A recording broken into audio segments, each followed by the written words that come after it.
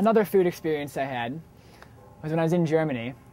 I was craving chocolate chip cookies because they have biscuits in Germany, which don't have any sugar in them, strangely enough, and just don't taste like cookies at all to me. They're good, but I was really just wanting a solid chocolate chip cookie. So I'm in the supermarket looking around, and out of the corner of my eye, I see something that looks like a cookie, and I'm like, I need to buy that product, whatever it is. And I look at it, and I get a good look at it. The background of this cookie box is a waving American flag, and the title of the cookies in English is American Style Cookie, which I just thought was really funny. That you just assume that chocolate chip cookies are everywhere, and they are. They're just called American Style Cookies. I had an interesting experience with getting sick while I was abroad, something that you don't want to happen, but it was a good opportunity for me to prove to myself that I can navigate the South American medical system. Yeah, I had a temperature. I'm like, oh man, I've been in malaria zones. I'm going to have malaria. No good. Go to the doctor. This is in Spanish. I was able to navigate that system, get some prescriptions. My prescription is a couple vials about this big and 3 needles. So I'm like looking at my bag. I have no idea what I'm getting. It's all in Spanish. I'm like, give me this stuff. They give it to me. I've got a vial and some needles. I'm like, what the heck do I do with this? I was able to figure out how it worked, that you're able to go to a pharmacy and they give you the shot there for 50 cents. The whole thing, I had a whole bunch of medications. It wasn't a bad experience at all. It was just kind of a couple of days in bed. But the whole thing cost me like 40 bucks, which was wonderful as well, that it was all free in that South American system. But just navigating that whole thing really teaches you a lot about, like, man, if I can be sick with a fever and figure out my way through South American medical systems, like, man, you can do anything when you can do those things. Sports are another interesting thing. The World Cup, by this point, I believe is over. As I'm filming this now in June, not yet over. The rest of the world, as it turns out, doesn't care a whole lot about baseball or American football, but they love football, soccer. So like the entire sports channel in all of Central America is nothing but soccer. There's just no other sport that exists in Central and South America. So I was watching a baseball game that happened to be on like one of the American channels in Costa Rica, because there's a lot of American tourists in Costa Rica, and I'm watching it with this Scottish guy, and it was just amazing because baseball is just something that everyone who's American at least understands at a basic level.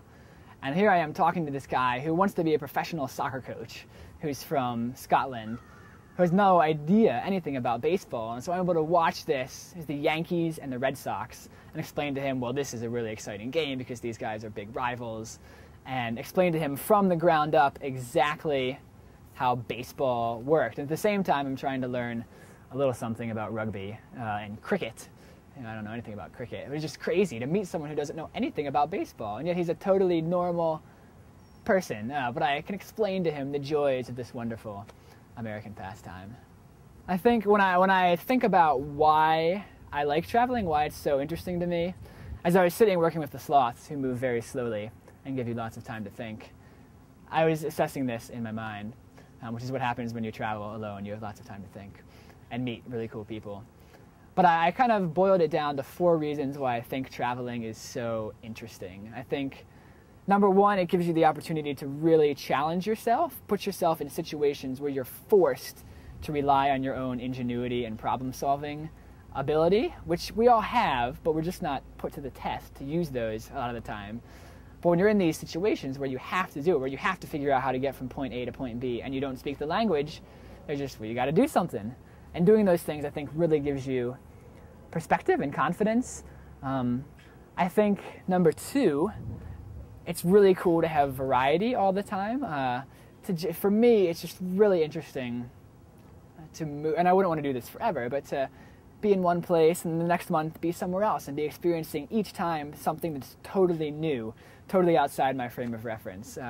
Even in the US, like, there's this thing called a fluffernutter, which is marshmallow fluff.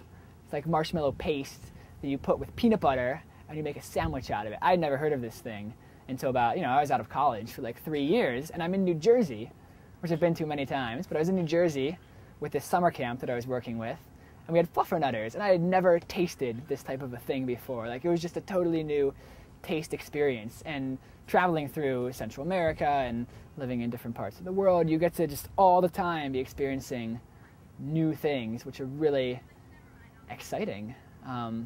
There are,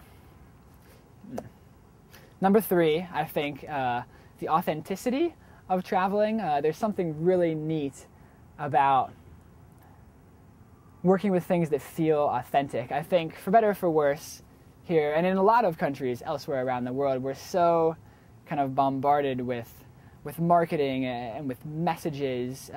Just a lot of things that are designed to kind of to supplement the way that we think about things. And I think one of the cool things about traveling is that you're able to meet very different cultures that, and in a way, American culture is very authentic. We are what we are, and it's great, and that's one of the things that I discovered traveling as well, is how much I love the United States and love living here and being able to be here.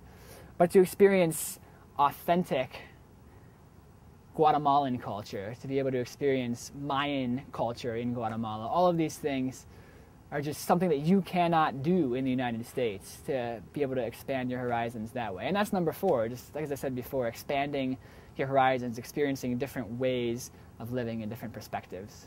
Finally, I want to leave you guys with a quote by a guy named Andrew McCarthy, who is a travel writer. He's written a lot for National Geographic Traveler, which is my favorite magazine in the world, which I discovered just a couple years ago.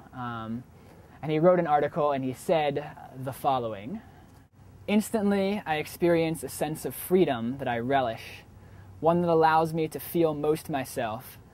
I'm struck with the thrill of possibility, a thrill I always seek, and seem to find most often in travel. My world becomes small in a way that delights me. Here, details of life I rarely allow myself to focus on back home reveal a pattern of human behavior that connects me to the broader world. I find identification with nearly all, no matter how unlikely."